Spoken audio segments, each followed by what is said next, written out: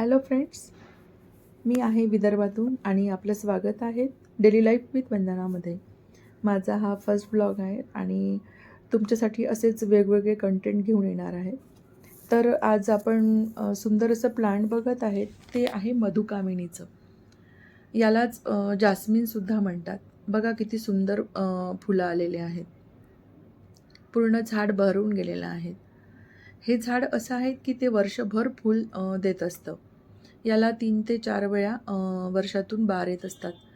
मला अजून हे कळलं नाही की या झाडाला फुलं कधी येत नाहीत ते. म्हणजे वर्षभर फुलं येतच असतात. तर आपल्यासाठी चांगली गोष्ट आहे की जर असं झाड आपल्या गार्डनमध्ये असेल तर आपला गार्डन छान फुलून दिसेल. तर असं सुरुवातीला बघू आपण याची कुंडी किती मोठी पाहिजे आहे ते.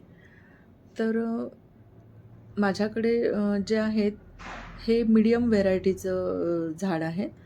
याचे 3 व्हेरायटी येतात. टेबल मधुकामिनी आणि एक मध्ये होतं ती व्हेरायटी आणि माझ्याकडे जी आहे ती मीडियम व्हेरायटी. आणि याला आता बघू, हे बघा किती सुंदर फुलं आणि फुलांसोबत कळ्या पण तेवढ्याच आहेत आणि फुलांचा वास इतका सुंदर येतो आहे. जर आपण नर्सरीमधून किंवा घरी रोप तयार केलं असेल तर ते एखाद्या 4 इंचाच्या किंवा 5 इंचाच्या कुंडीमध्ये लावायचं. नंतर ते मोठं झालं की ते आपण 10 ते 12 इंचाच्या कुंडीमध्ये लावायचं. नंतर याला आपण बघू की याची माती कशी पाहिजे आहे. बघा माझ्याकडे ह्या 2 कुंड्या आहेत. तर याची माती सिंपल अशी गार्डन माती पाहिजे आहे. जर आपल्याकडची माती चिकन असेल तर त्यात थोडं वाळूचं प्रमाण जास्त घ्यायचं आणि माती भुसभुशीत असेल तर त्यात प्रमाण थोडं वाळूचं कमी करायचं. आणि खत मिसळा तुम्ही त्या मातीमध्ये. तुम्ही कोणतंही खत घेऊ शकता. वर्मी कंपोस्ट म्हणजे गांडूळ खत किंवा शेणखत घेऊ शकतो किंवा पत्तीवाली खत म्हणजे झाडांच्या पानांपासून जे तयार होतं ते खत तुम्ही घेऊ शकता. अशा प्रकारे 1 भाग माती, 1 भाग रिव्हर सँड म्हणजे वाळू, 1 भाग कंपोस्ट आणि 1 भाग कोकोपीट. आता कोकोपीट जरुरी नाही आहे, तुम्ही घेऊ शकता किंवा अवॉइड पण करू शकता. जर माती भुसभुशीत असेल आणि ऊन कमी असेल थोडं तुमच्या इकडे तर तुम्ही कोकोपीट नाही टाकलं तरी चालेल. कोकोपीट टाकलं म्हणजे काय होतं, त्याला पाणी थोडं शोषून राहतं आणि मातीला छान ओलावा राहतो.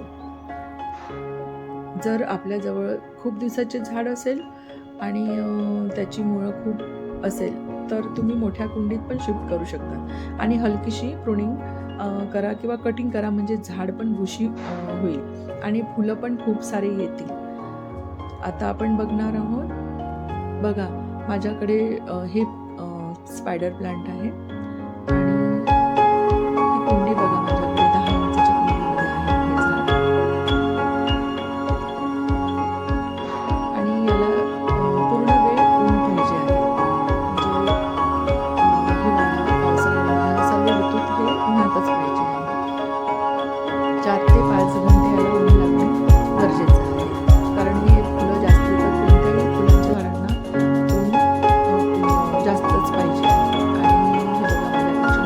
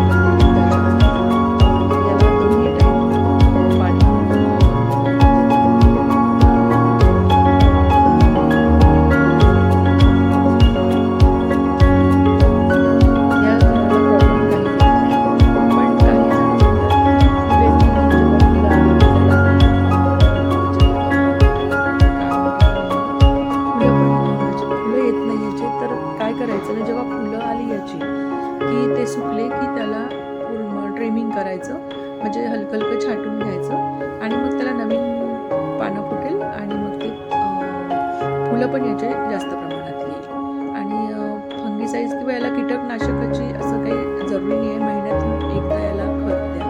आणि मी खत कसं द्यायचं, तर हे मी खताचं प्रमाण कसं किंवा काय, तर हे मी पुढल्या व्हिडिओमध्ये तुम्हाला सांगेल.